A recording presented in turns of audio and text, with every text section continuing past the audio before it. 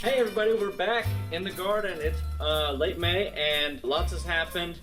I've got a little bit more time to dedicate to these videos, and today I'm gonna be harvesting out some garlic and maybe a couple other things. So let's get started.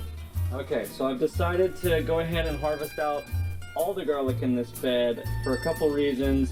Mainly because I still haven't put any peppers in the ground and it's time. So let's see how we're looking on this. Nice. So, I mean, I'm happy with that. This is my first time growing garlic, so even though it's only about half dried out, I'm gonna be drying it the rest of the way, and it should store just fine. Now, it is very wet. Look at that bulb. That's beautiful.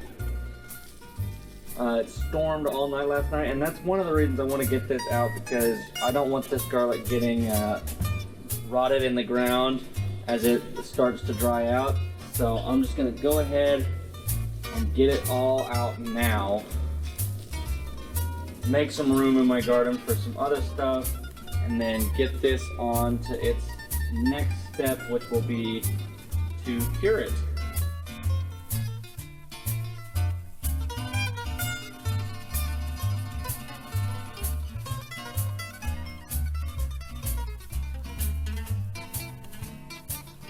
Needless to say, I will not be buying garlic anytime soon.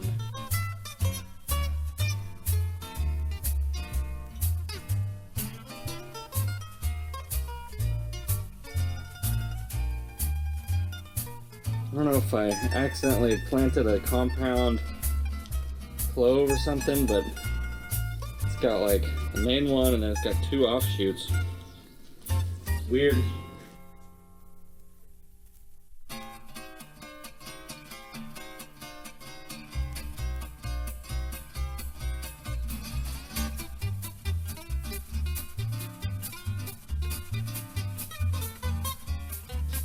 I think that will be it for now. There might be a bulb or two over there that I missed, and I guess we'll find out if they do end up rotting in the ground. But let me show you how I am planning to cure these so that they will store a little longer. So I'm just gonna rinse these off real quick and just try to free up the root balls. Just like that, and that's it. You don't want to fully clean these off. We're not washing them, we're just getting them ready to dry and cure.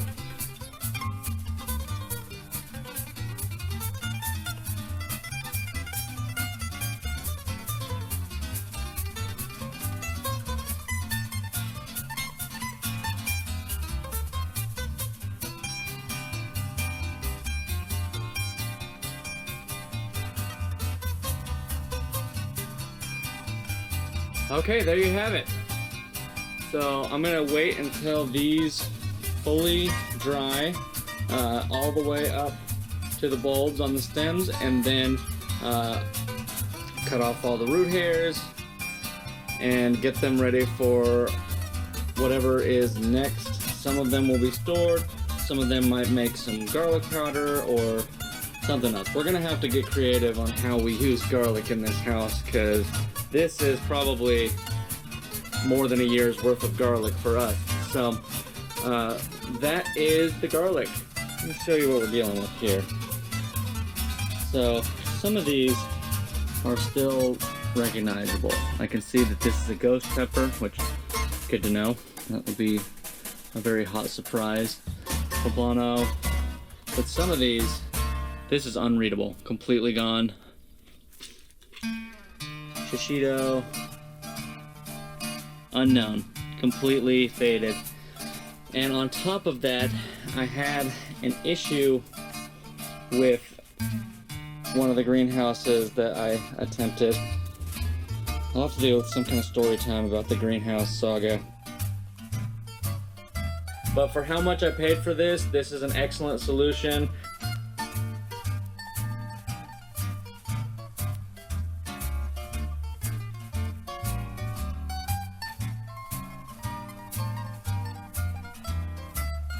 Suffice to say, I had a shelf that had basically all of my garden starts on it, get knocked over and basically jumbled everything. So what I was able to scrounge up and save didn't necessarily get saved with its proper tag. Also got some going in the greenhouse. And pretty much a fully ripe yellow cayenne here. I actually do know what this one is. So these have been waiting so long that a lot of them have even produced their first fruit. The plan is for this entire bed to be turned into a pepper bed. You may remember that these beds had broccoli in them. That broccoli is long gone, and in its place we have my army of tomatoes going very strong, I would say. We've got some determinate tomatoes here. These are all indeterminates. I'm letting this sunflower grow in the middle here. 2 rows. I'm doing kind of a Florida weave system here. And then I've had so many extra tomatoes this season. Tomatoes. I've got some tomatoes that are languishing right here because they're just in my hard clay soil. I didn't like that. But I also have these tomatoes that are thriving in my hard clay soil. Lots of tomatoes. Even one growing under the bonsai bench. Look at my bonsai bench. Better. I like having a log of what my garden looked like and what I was doing at the time, so I get a lot of enjoyment out of it, and I hope you do too.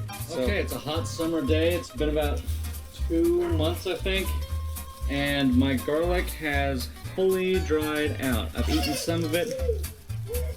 My daughter's giggling in the background, but this garlic is all dried out, and as such, I'm going to cut this root base off and get rid of as much of that dry dirt as I can. Clean up the roots, and then I'm gonna come about right there, not too low. I want this to store, and I've cut it with my little scissors, and that should store for 3 to 6 months. I've got a beautiful big head of garlic there, so I'll check in when I'm all done, and we'll see how much garlic we've got. There you have it.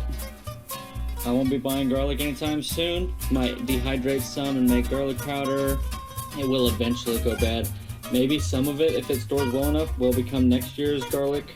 I hope that this video was informative and fun or whatever. That's my garlic. From harvest to curing. Now I'm just gonna have to go find a place to store this. Here, I'll clean one up real good for the thumbnail. Should I make some kind of face? What is it the YouTubers do? Oh my god, I can't believe this garlic. Ah! Oh no! Oh no.